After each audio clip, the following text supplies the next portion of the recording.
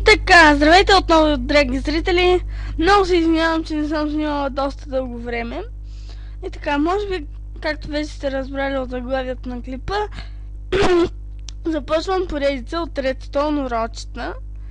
И първото, което ще направя, е автоматична пистан врата. Ето я. Както може би забелязвате, Петко е с нас. Отново. Той странно винаги в клиповете ми е с мен. И така, ето както видяхте, минах през нея.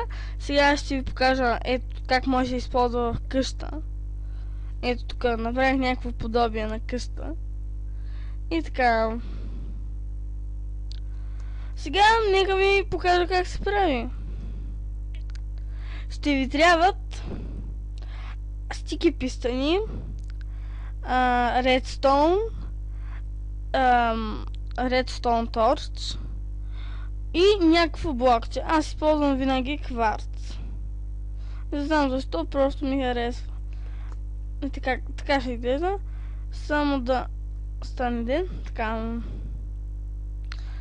Първото, което трябва да направите, е нареждате 3 стики пистана и върху тях някакво блокче, без значение какво е. Както казах, аз използвам кварц.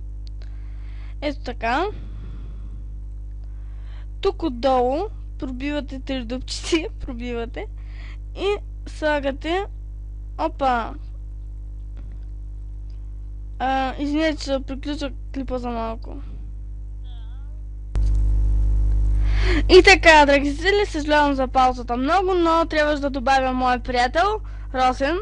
Росен, кажи здрасти. Здрасти. И така, да продължим. След това слагате слагате тук редстоун и включвате тези 3 пистана. След това, точно на 2 купчета разстояние, трябва да сложите още 3 пистана, точно по същия начин, както преди малко, и да направите абсолютно същите неща.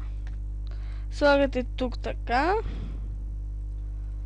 и след това тук един торч и редстоун, за да включим първия пистан, и след това тук ето така, за да включим другите 2 пистана. И сега, това беше трудната част. Сега остава да ги съвържем. Ето така, пробиваме дупки.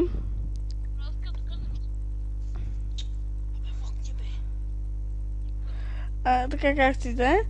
Пробиваме дупки и свързваме.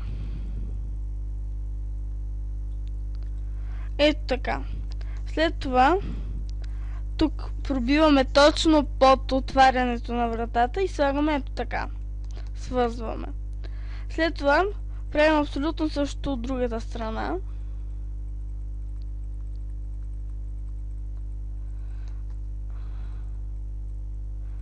Ето така.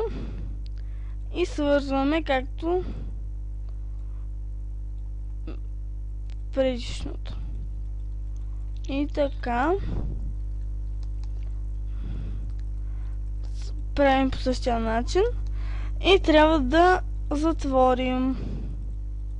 Сега ще ви покажа как действа машинката. Изключително лесно е и изисква изключително малко ресурси. Така.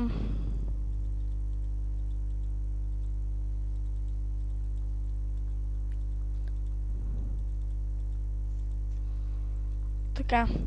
Сега, за да го направим красиво, трябва да направим ето така. Както и да ви, може си го ето така, по този начин трябва да се получи, като ето това и ето това. Няма сега да ви го правя, да ви губя времето. Просто ще сложим pressure plate. Слага се тук и тук. И вече може да преминавате през вашата готова врата. Ето тук да поставим кварцов блок. Ето сега вече мога да ви покажа как да го украсите, за да не се вижда редстоуна. Ако имам достатъчно време, просто Ако прекъсна клипа, съжалявам.